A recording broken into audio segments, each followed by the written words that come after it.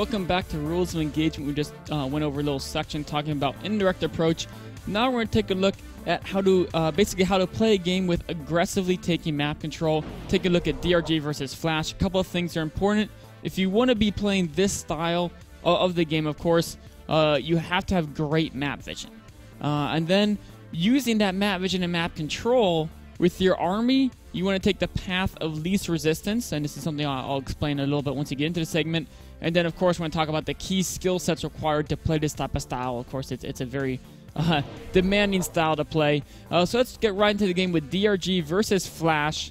And the first thing we're going to talk about is the map vision of DRG. So we can flip over to DRG's map vision here. And what we can notice is that he basically has the whole map, right? And it's a combination of a lot of creep spread and creep tumors. Of course, he has this watchtower as well. And then even at the top, he has an overseer over here, a Zergling over here. He has overlords over here. And of course, at the bottom, he's got more overlords. So your map vision is a combination of your creep spread, your Zerglings, and your overlords. Those three things are very important to your map vision. The one thing that would be nice to see if DRG had a little bit of a Zergling here. But those three aspects are very important for your map vision. Now we're going to talk about taking the path of least resistance. And what I mean by that is you can use your army to do one of two separate options. One is you can crush the opponent's army, right? Usually if you have map control, you should be able to get a surround on them and get an advantageous strike. Or you can launch a counterattack. And with all this map vision and map control, what you can do is you can pick whichever one's easier. Wherever they have less units, that's where you attack. So you want to take the path of least resistance. So we're going to see basically how does DRG accomplish that in this game. We're going to take a look at this. He sees Flash's armies coming out here, right? All the tanks are unsieged. This means there's very little resistance to crushing army. So he's going to go look for this attack, right?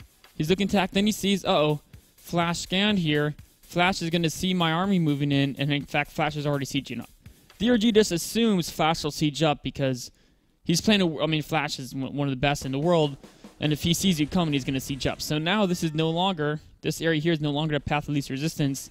Now, but because he's immobile from sieging, this is the path of least resistance right here. So he's going to come up and attack the the third base. He sees a line of depots, and he knows Flash's army has retreated because it's no longer out here. And so now he knows, okay, neither place is the path of least resistance. My opponent's back on the defensive. That's the whole idea of this aggressive map control. Is you pretty much contain them to a small set of bases. If they're going to go back, then you just retreat yourself. So the next thing that's going to happen is coming up in a little bit. Flash is gonna move out again right here, and as soon as Flash starts moving out again, he's like, okay, now this should be open. So this is probably the path of least resistance. Looks like he's actually gonna go for the army for a second here. Not probably the best idea here. There's a bunch of Zerglings. Then he's gonna realize that that path had a lot of resistance, so he's gonna go back up to this third base. Just a second here, just remaking up some speedings because of course you need those.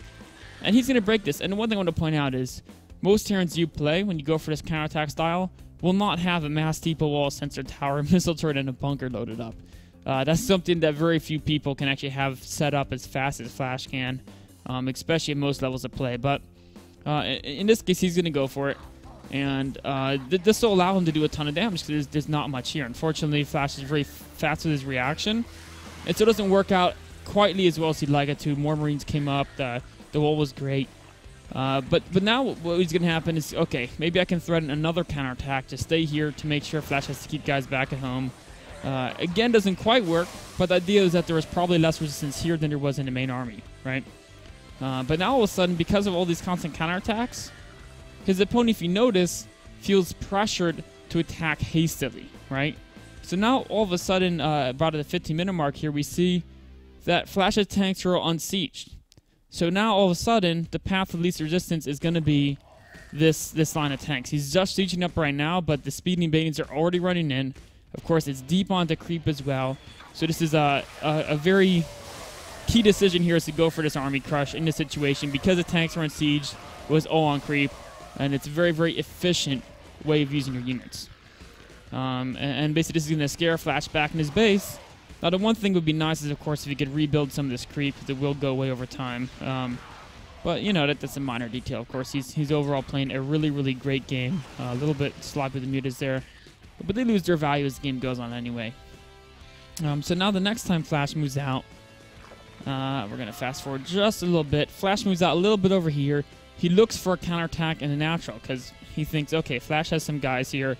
It turns out it's not too big of an army. He still has a bunch of guys back here and some guys over here. So it turns out the path of least resistance would have been just killing all these units.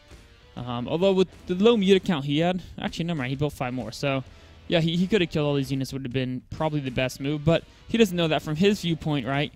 From his viewpoint, he can only see a few Marines. He's assuming there's more tanks and Thors and whatnot back there. So he's going for this attack.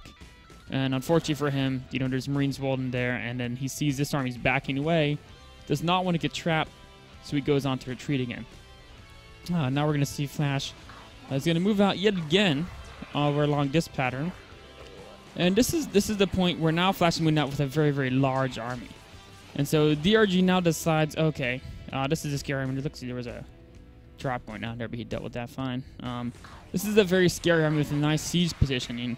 And so, as DRG's massing his army, he's going to again decide, okay, the easiest thing to do is to counterattack.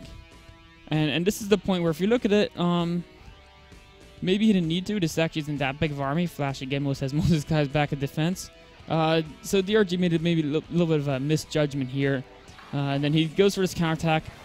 Flash not quite fast enough to lift his depot wall in, so DRG gets a great surround. And he's going to kill this army here. But meanwhile, Flash's reinforcements, especially if we look, he's got siege Flash is so fast and Macro has a whole other army just in a rally point here. So he's going to hold his counterattack. And what DRG's lost at this point is now all of a sudden, basically he lost his 4th base, and now Flash is going to move onto his 5th base. And it's going to be down to equal bases against a player of Flash's macro caliber. Is never where you want to be as a Zerg player. And then, in fact, if you guys are watching Tournament Champions, Flash goes on to later win this game.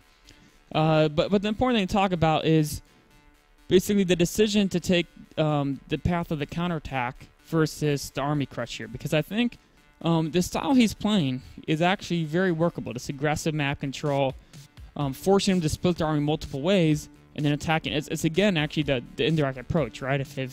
His army's so fast that he doesn't need to threaten multiple spots. Just that the fear of how fast Zerg units can cross the map forces your opponent to defend everywhere anyway. So right here, maybe it's true he's a little bit scared, especially not seeing how deep that army is, of engaging that.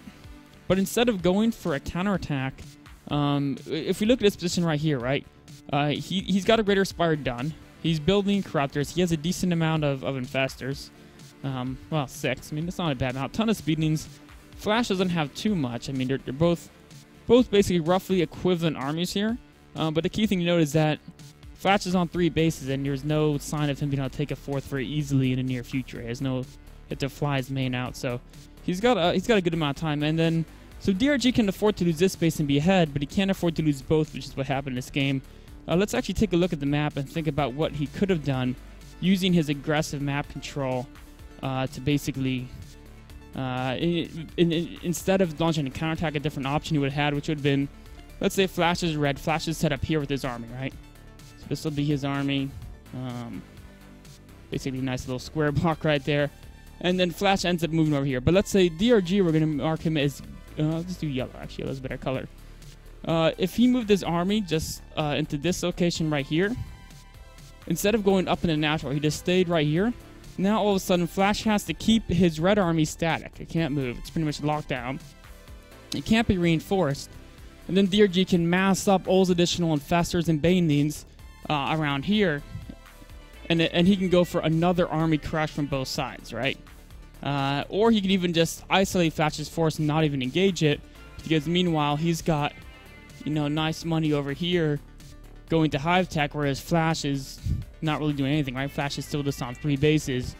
Even losing that 5th base, he's still on 4, so he's in a great position. Who knows how the game would have gone? But let's talk about some of the, we can talk about one little decision he made wrong there. But let's talk about some of the key skill sets used in this, strategy. So the main key skill sets are, let's jump back in the game real quick. You need to be very fast. We can see that DRG was everywhere. The creep set was excellent. Injects have to be amazing. That's extremely important to have very fast multitasking. But the other part is you have to make correct tactical decisions decisively. And what that means is you have to make those decisions instantly. As soon as you see the way the army moves, you have to either immediately counter or immediately go for the army crush technique. You can't hesitate, because then you're going to be reset up. You're going to miss that opportunity. And the other thing is those decisions not only have to be very decisive, but they have to be made very fast as well. They have to be the correct ones as well. And I think that's what gave Flash the game, is DRG made a couple missed calls on which path had less resistance. But that's basically the skill set of that style, and it's a very, very hard skill set to have. I think Leenock is probably one of the players that does it better than anybody else. DRG is up there, of course, as well, a very amazing player. But let's actually go and recap basically about this style. So the first thing is you need a ton of map vision. The next thing is you're going to need to have always pick the path of least resistance. Then you need those skill sets to play this style to be able to make those quick, decisive decisions correctly. So I hope you enjoyed this talk about aggressively controlling the map. We're going to take a quick break, and then we're going to get on to talking about how to control the concave positions in PvP.